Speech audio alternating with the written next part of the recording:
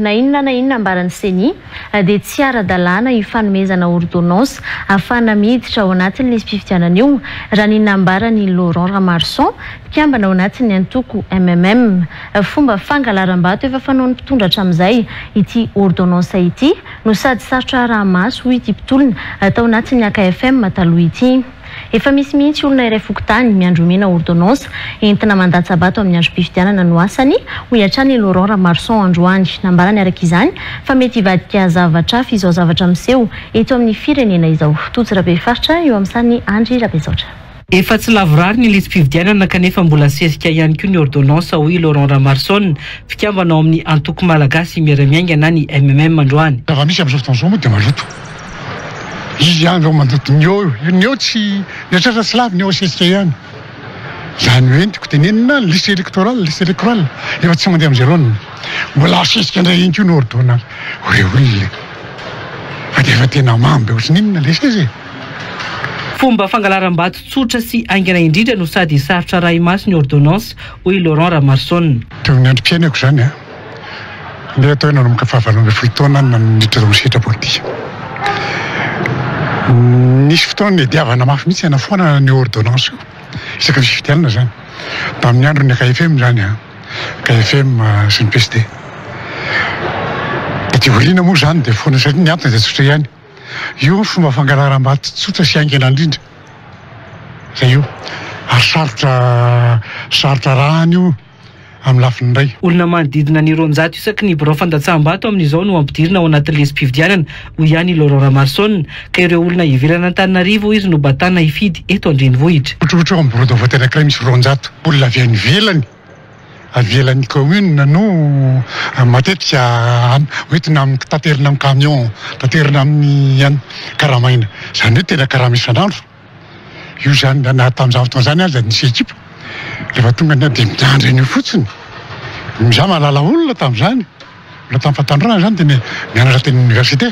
Nalala olona tanàna iray manontolo mihitsy mpikarama amin'ny ordonnance.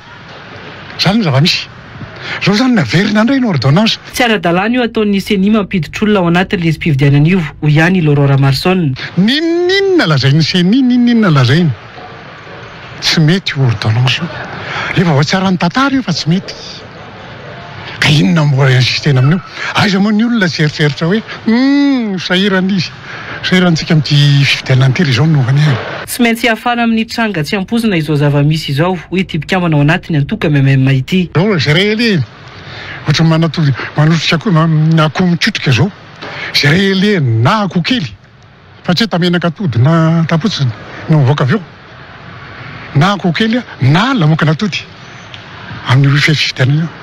Tiako tenenina tsy mijanona eo fa tsy maintsy mandeha amin'ny zavatra hafa io. Andrasana moa izay valiteny sy fanazavana avy amin'ny CENI manoloana ny ireo fanakianana mahavaivay mikasika ny ordonnance izay efa ataon'ny mpanao politika sy ny firaisamoam-pirenena amin'izao ireo. Hetsika sosialy fokontany maro no ahitana filaharana lava reny misoratra anarana mba hahazoana fanampiana nanomboka tamin'ity herinandro ity fanampiana ara-tsosialy avy amin'ireo mpamatsy vola entina hanampiana ireo sahirana izay raha nanontaniana mampanahy nefa ny fisehon'izany indrindra amin'izao akatoko ny fifidianana izao ny fanikevitra samihafa tamin'ity androany ity.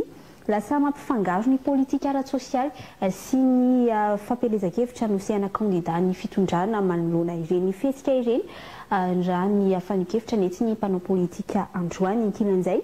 Efa fantatry ny mpitondra ny fahalemenana ny vahoaka malagasy amin'ny fahazarana mandray kely izay misy manararoatra ihany koa ankehitriny ka tsy ampangarahara ity fifidianana ity raha ny faneho-kevitra hatrany. Andehaniny makasika izay ary eo amin'ny sariny Doda Randrianso.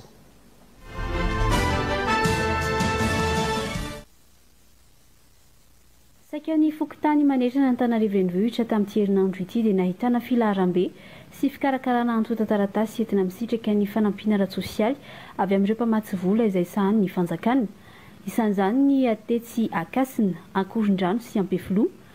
Filaharana fisoratana anarana isitrahana fanampiana ao anatiny tetikasa mifampitsimbina ho ny fampitam-baovao ireo olona tonga milahatra eny an-toerana. Ny filoham-pirenena no nanokatra ny fizarana izany omaly ary nahatonga resabe sy faneho-kevitry ny mpanao politika. Manakaiky ny fifidianana ary manany amin'ny fifandraisana ankolaka amin'ny fifidianana ny mpanao politika. Efa mitranga ary miteraka resabe hatrany ny fihetsika ny fanjakana tahaka izao indrindra andro mialohan'ny fifidianana no isehoany izany. Efa tsikaritra tato anatin'ny fifidianana roa farany efa natrehany. Isan'ny voarara ny lalàna nefa izany raha ny faneho-kevitra ary tsy tokony fameno anatin'ny fampelezan-kevitra ny fanatanterahana azy. Ny fifidianan'olona sy endrika alabato ihany koa raha ny faneho-kevitra. Ny mpamatsy vola iraisam-pirenena zay mahafantatra an'izay milaza izy fa tokony misy ny neutralité amin'ny zavatra ataony nefa hitam-bahoaka hitam-pirenena fa io fanampiana ataon'io no avadiky ny olona sandohan'ny olona ho azy fa ao anatin'ny fampelezan-kevitra koa nge dia voararany lalàna zany zavatra zany dia hitantsika zany fa tsy mitsangana ny seny miteny ninina miohatra an'izay io zany dia fa ahitana taratra sahady le fahalemena ka avy aiza zany no hipoirany herijika anohatra sy ampitsahatra an'izay zay zany ny fanontaniana manoloana an'izany ihany koa ny atao hoe tsindry maro samihafa zay mety ataony zany fanjakana foibe izany fa tsy azotsika ho dia tsy hita ihany koa zany ny fanontaniana mipetraka ankehitriny mahakasika ny hoe ny fiomanana amin'ny alabato zany hoe eto zany zay dia manao antsoavy fa tsy tokony hanao an'izany ntsony zany isika eto Madagasikara tsy eto Antananarivo ihany fa eto Madagasikara zany ve no atao fomba fanao foana dia alabato tsy mahay menatra zany tsika amin'ny fotoana rehetra fa dia alabato ka tsika nefa miteny hoe tsy tokony isy adila politika ntsony zany no atao ifandrafesana eto Madagasikara. Ankilany hita taratra ny fampifangaroana ny raharaha politika sy ny politika ara-tsosialy eto indrindra ho an'ny eto Antananarivo raha ny faneho-kevitra hafa mampametraka ihany sy ny pakiady ankolaka entina hisariana olona amin'ny resaka fizarazarana ataon'ny fanjakana tahaka izao izy ireo indrindra fa efa misy kandida ntonona ao kandida mpanjakana teto. Tsy mety manafangaro zavatra mampisy mandoto ny fifaninanana masina ny fifidiana ho be ny tanàna sy mpanolontsaina ny zavatra tahaka izany zavatra mitranga zao maly misy fizarana vary be tany rehefa tonga tany an-tanàna mponina dia mifandrirotra miady ary tsy mety mampizarazara rehefa ho atao hoan'ny sahirana le izy dia tsisy fakananarana hoe zay manohana ihany no tokony mena ny farany taona mbola ny krismasy mbola amin'ny 25 ny volana desambra ny fifidianana amin'ny larobia fa 12 ny volana desambra resaka fandaminana fotsiny zany tsy aleo ve ary zay le antoavataoko mba vita ny fifidianana zay vao mizara an'izany ny tena mampifangaro zavatra dia izao misy olona teto tena ny teny mazava hoe izy kandida mpanjakana izy kandida toana amin'ny fitondrana dia le fitondrana ho akatoko le fifidianana dia mizara atsy mizara roa dia manjary mifangaro le resaka zay le tsy mety amin'ny fomba fijeriny azy satria hoy ateo hoe manjary mampiteraka amin'ny mety ho fadiova ny fifidianana zay ho ataontsika. Zarina tolotra tsy maritra ny olona mba hahafahan'izy ireo miaro seza na mahazo seza hatramin'izay ho kosa ny faneho-kevitra